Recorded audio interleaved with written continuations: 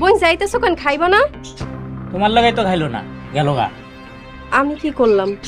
তোমার এখন খাইতে বহনের কি দরকারটা ছিল? পরে খাইতে পারতা না?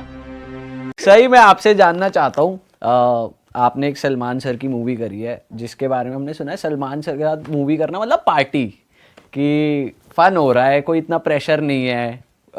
तो और अब ये मूवी करी आपने गुरु भाई के साथ, तो कितना डिफरेंस रहता? मुझे बहुत प्रेशर था क्योंकि मेरी फर्स्ट फिल्म थी। मेरे को पता नहीं मैं कैसे कर रही हूँ, कैसे दिख रही हूँ, मुझे कुछ आइडिया नहीं है। मैंने सब छोड़ दिया था। तो मम्मा आप देखो मैं कैसे दिख रही हूँ, आप बोलो कैसे दिख रही हूँ। शी बिकम फुल मोमेजर मेरी मम्मा। अच्छा।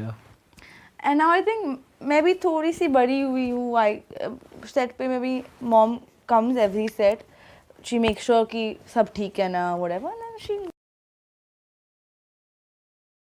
আচ্ছা, কাল রাতে কি বাবু মদ খায় এই করতেছিল নাকি? ওরা ডাক দিস নাই, লাইভ দেখতাম।